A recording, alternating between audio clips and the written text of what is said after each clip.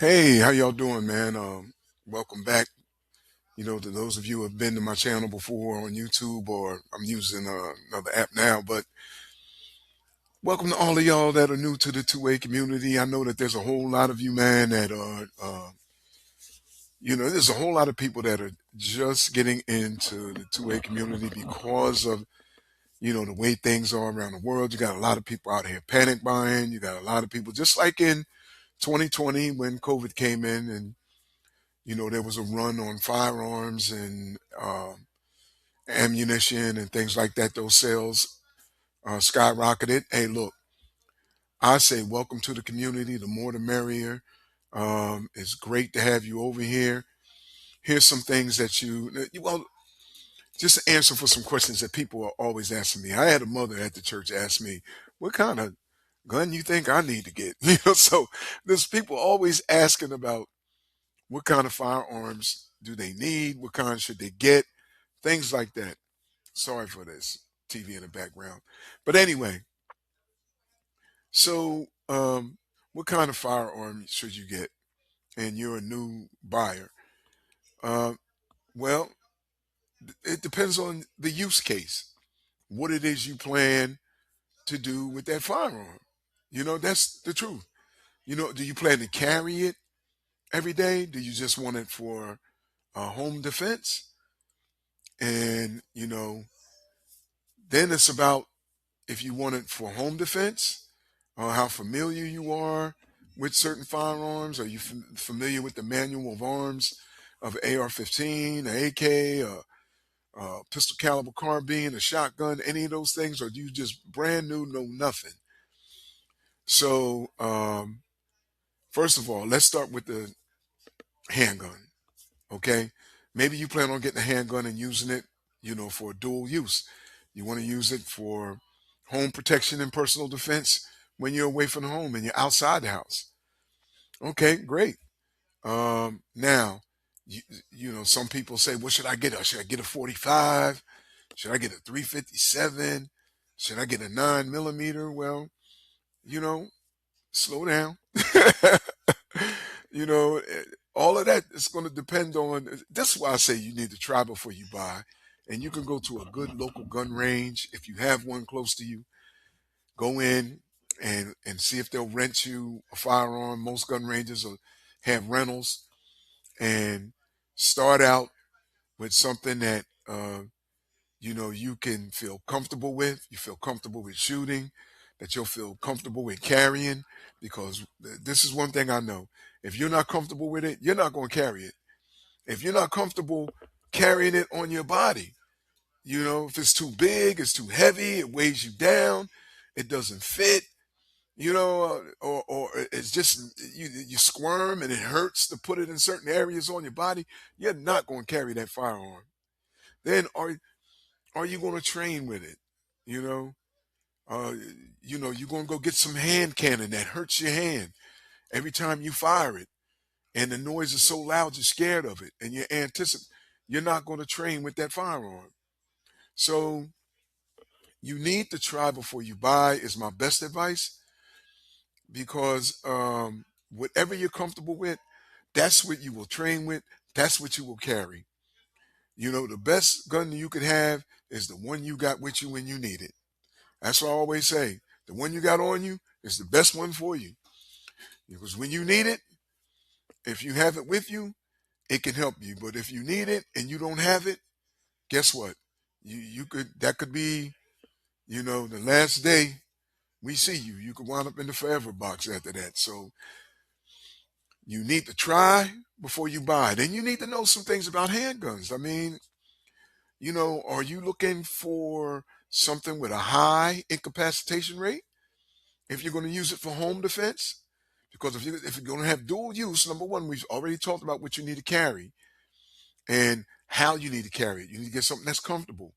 You need to get something that you feel comfortable with carrying, that it feels comfortable on your body, that you can actually shoot when you train with it. Okay. Then if you use it at home, if somebody's comes in your house 2 o'clock in the morning and you have to use that firearm, Do you want something with a limited incapacitation rate or something with a more higher one shot stop capacitation rate? Because this it's not like the movies, man, where you see people get shot one time and fall down. This it's not a movie, man. So let me help you with that. Matter of fact, in the real world, and I'm gonna give you some reality stats, some real world data, um, just some hand insight in the handguns. In the real world, uh, handguns have a failure rate. That means a failure to stop rate, a failure to stop. You know, an intruder, an assault, or a threat with one shot between 13 and 31% of the time. So their one shot stop ratio is like 34% to 55%. So more or less, you got a 50-50 shot or whether or not you're going to stop somebody with one shot with a handgun. So if you think you're going to put them down with one shot, I've seen videos, the videos of this dude. He was in his apartment with his girlfriend, and somebody broke in the house. He got up, grabbed this pistol. The guy came in the door. He shot the guy, and then the guy shot him, and he shot the guy. The guy shot him, and the guy wound up shooting him 2 or 3 times. And the guy ran away. He shot the guy, but the guy shot him. So one shot incapacitation with a handgun.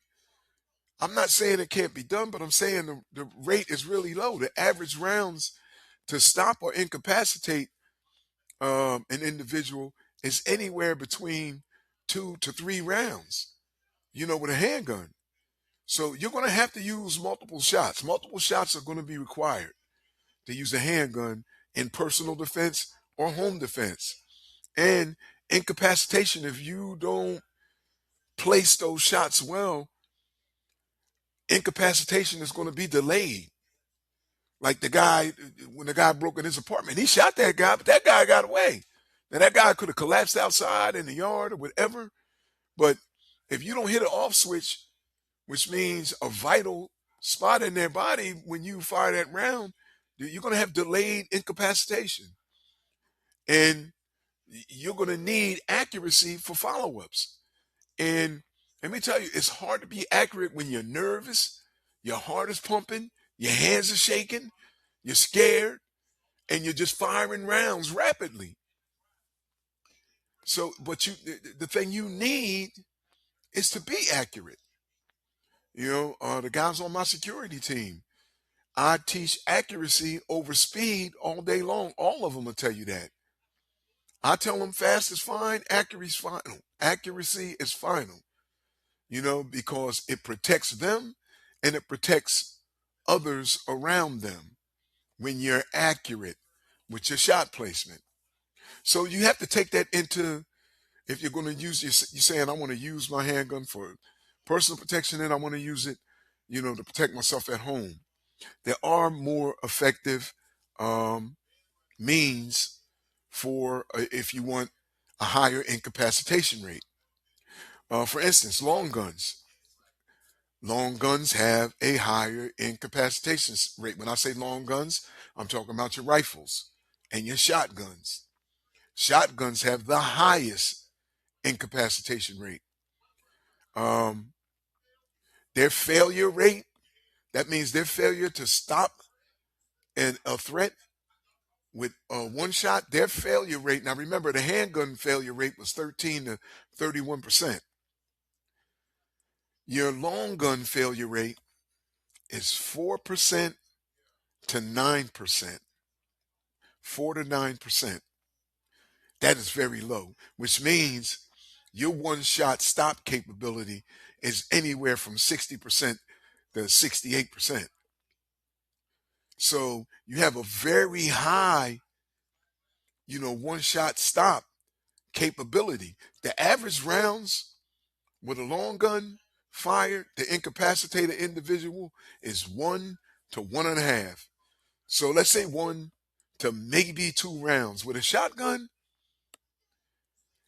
There's very few recorded incidences where law enforcement engaged, and this is FBI statistics, where law enforcement engaged with a threat with and used a shotgun against that threat, where they fired more than one round.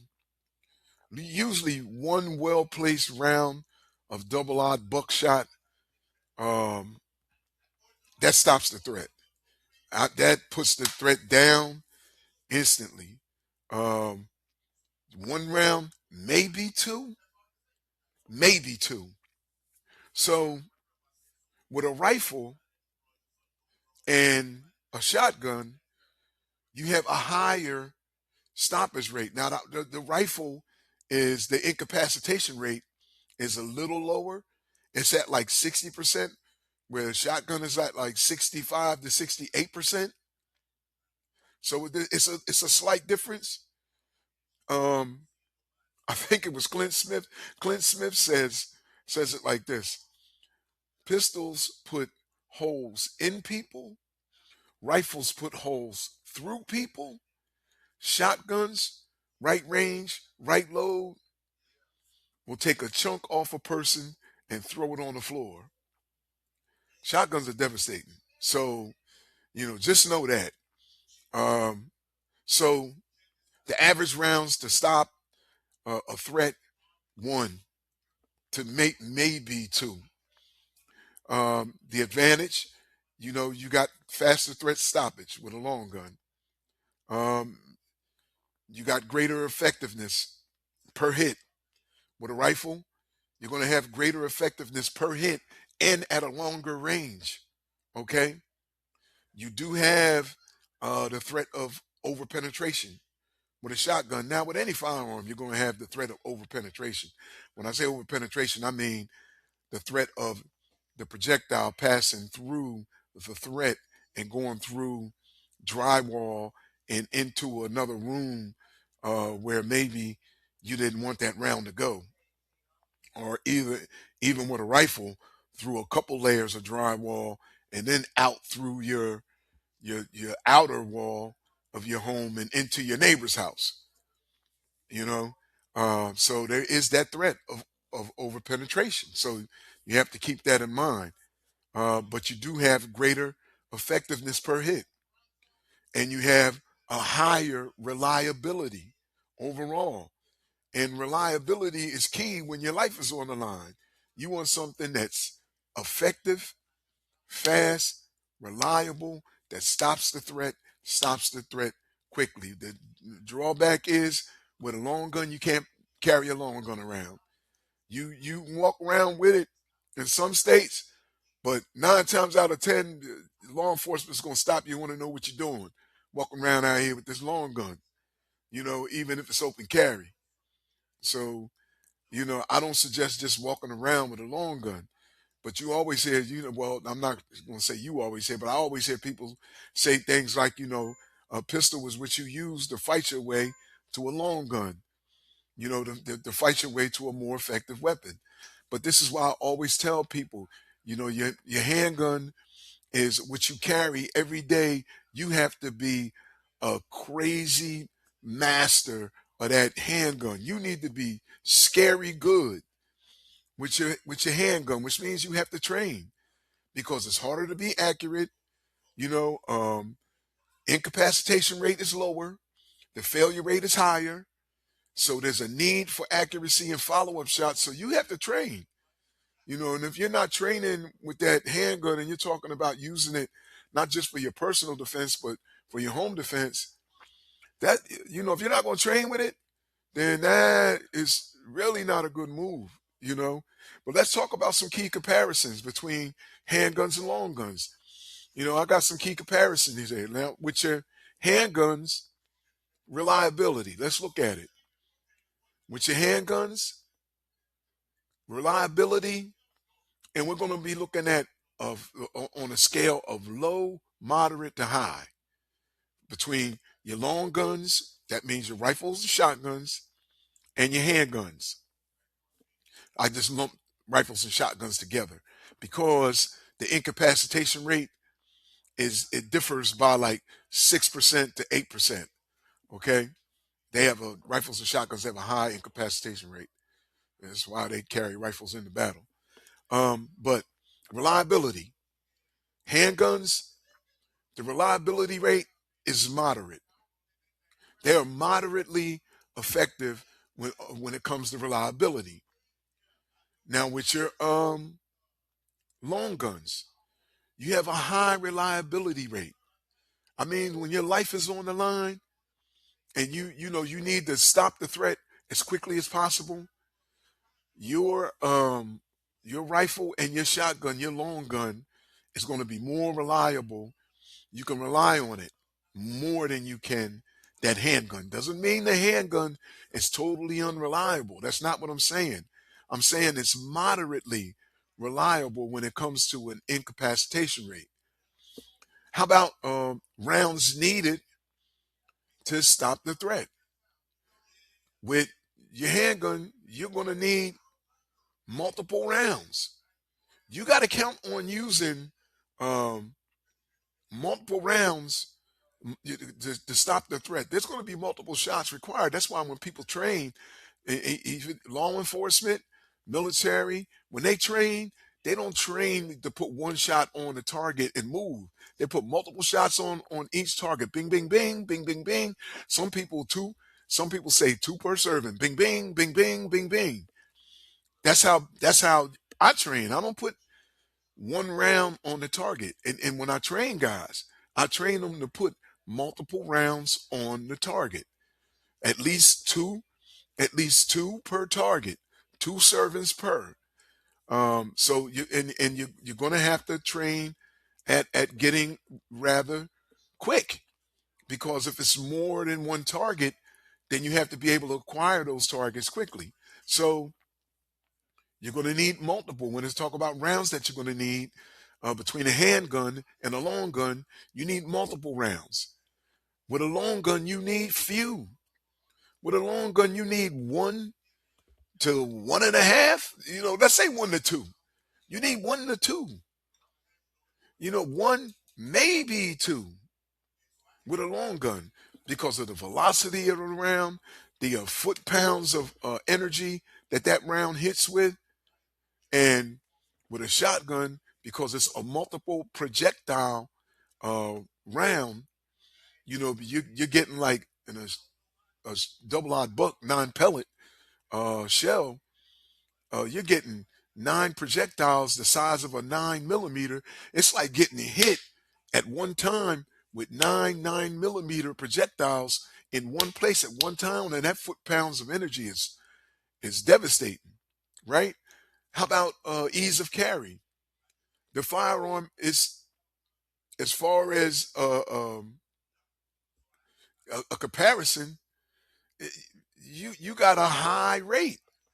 It's easier to carry than a shotgun or a rifle. Rifles and long guns are long. So as far as ease of carry, they're lower on that scale. Matter of fact, they're low as far as ease of carry, and some of them are heavy. You got some shotguns, man, are fully loaded, especially in your house. And that's what you talk about a home defense shotgun. All right, usually you're gonna defend yourself with what's in that gun and on that gun. You're not if you hear a bump in the night, you're not gonna jump out of the bed, throw on your chest rig, grab your gun belt, get your shotgun or your rifle out, and go doing CQB, or clearing your house. You know, you ain't gonna have time for all that. Usually you're gonna jump up in your boxers or in your tighty whities or whatever you wearing. You're gonna jump up in your jammies and you're gonna grab that gun, you know, and you're gonna fight with what's in the gun and what's on the gun. That's why I always say, carry an extra source of ammo. Usually rifles have a higher capacity, 30, 20 to 30 rounds. And that's a good range. Shotguns, you can anywhere from 5 to 8 rounds, and you can carry extra ammo if you got a caddy on the gun. With a caddy, I have two caddies on my gun. So, and both of them carry 7 rounds. So I have 7 in the tube, two 7 rounds, caddies on the, that's 21 rounds. And if I put one in the chamber, you're talking about 22 rounds. 22 rounds of 12 gauge is way more than you need when you talk about one shot stop is all you need with it. But that's why I said, it's heavy is what I'm emphasizing it's going to weigh more. I stepped on a scale with my shotgun. I weighed myself without the shotgun. Then I picked it up and got back on the scale, 10 pounds. Okay, so it's heavy. All right, and your long guns are heavy. This is why when people have to travel, go trekking through the woods, or military guys have to run around, they don't want to carry no big, heavy shotgun or no big, heavy rifle. So when it comes to ease of carry, the rate is going to be high for your handgun. Um, how about fight stopping ability?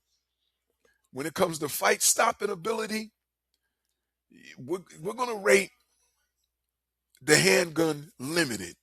Okay, it's limited when it comes to fight stopping ability. You have to be accurate. You got to know, even if you are accurate, if you don't hit vitals, that incapacitation could be delayed. Um, it's really, um, it takes more rounds. You have to train to put more rounds on target. So as far as one shot stop capability, the failure rate is high on it. It fails to stop people with 1 round more often than not. So it's limited as far as fight stopping power. Now your long guns, they're superior when it comes to fight stopping power. I'm not saying, and listen, I'm not saying run out and get a long gun. All right. I'm just telling you some options for home defense versus personal carry versus taking your personal carry and using it for home defense as well. Okay. I'm giving you real world data. What I know, that if you get a home invasion when you got multiple assailants kicking your door, a pistol, your handgun might not be your best thing to arm yourself with. You might need a rifle. You know, if they in my house, you know, and it's 1 or 2 people, you know, they they already in there, that shotgun to do whatever I need.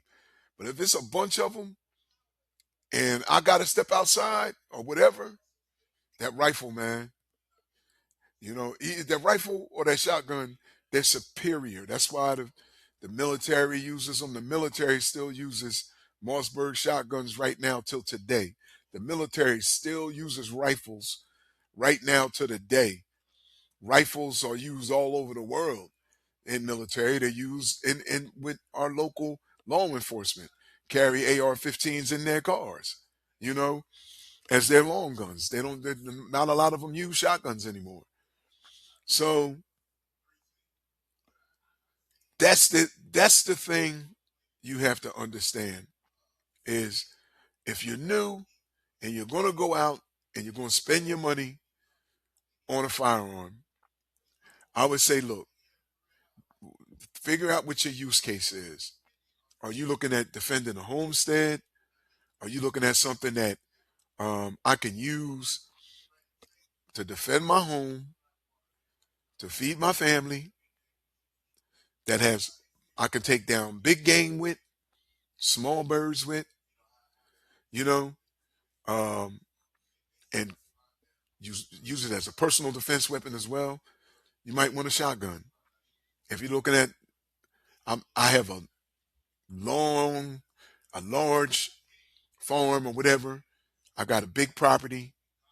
Um, I want to be able to. Now, also, let me put this in there too. AR-15s, man, are probably the most popular rifle in this country. Not probably, they are. They everywhere. AR-15s, man, are the most popular rifles, the most bought rifle in the United States of America. There are millions of them, literally millions of them, that have been bought and sold in this country. AR-15s are light recoil. Once you learn the manual of arms, they're very simple to operate. The one drawback, they are loud. They're loud. They're very loud. But if you can get a suppressor, and this is a good time to get it now, the government has loosened up all these laws on suppressors. If you can get a suppressor to suppress that noise, great. But without one, they are loud. And if you use it in defense of your home in the house, if it's a short barrel AR, it's going to be like setting off a concussion grenade in the house. I'm gonna be honest with you. I was at the range with my nephew last week, and he had a short barrel AR-15. Man, whew, that thing was so loud. So but the AR-15 is easy to operate, very little recoil. Not like the AK where it's got that recoil, very little recoil. If you're going to get a shotgun, you might want to consider a 20 gauge. Whatever you're considering, think about everybody else in the house. Can other people in the house use it? If you're not going to be the only one defending yourself with it, then you got to think about who else in the house is going to be able to use it. If you go out and get some big hand cannon nobody else can use, you're going to be the only one. If you're not home and they need to use it, then what? So think about that. Who else in your home is going to have access to that firearm? And are they going to be able to defend the home as well with that firearm? So an AR-15 is good, a 20 gauge shotgun with less recoil, it's just as effective as a 12 gauge. And elderly people that are older, people my age and older, you know, find it to be a little easier on the recoil, but it's just as effective. That's buckshot, slugs, bird shot, everything else that you can throw in a 12 gauge. You can find ammunition just about. You don't have all the same choices of ammunition in 20 gauge, but you got enough. You got slugs, and you have, buckshot, double odd buckshot. You got that. Um, you might have a hard time finding number four. Um, there's certain, sizes you might have a hard time finding, but you can find birdshot, you know, to hunt with. Turkey loads you can find, in 20 gauge. So those are things you might want to consider as well. So when you consider what gun to buy, I can't tell you, what's going to be the best gun for you. You got to go out, you got to try before you buy. I didn't mean to make this video so long, but hopefully this will help, you guys who are new in the 2A space. Welcome to the community. If you're out here, um, and for the first time buying a firearm, hopefully this will give you some insight.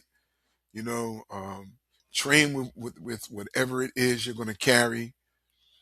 Like I said, try before you buy. Train, train, train as much as you can. You know, um, with what it is you're going to carry. Think about, your home defense weapon. If you're looking for something for home defense, there are very good firearms out there that you can buy $250, maybe a little more. You got to get them quick because they've been snatching them up.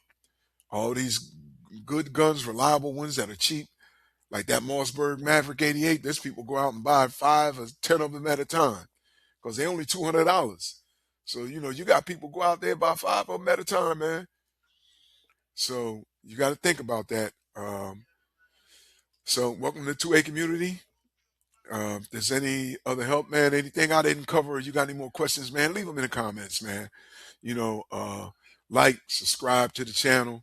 Hit me up, man. Let me know, man. Leave in the comments. Let me know if there's some more questions you got, some things you think I should have covered, some, some things I might have screwed up, left out, go ahead. I'm interested to hear the comments. Anything you think I need to cover, I can come back and do a video over that. All right, look, man, all I can say to you, man, is be safe out there. Look, the Lord loves you. I love you. Man, look, ain't nothing you can do about that. Y'all have a blessed one.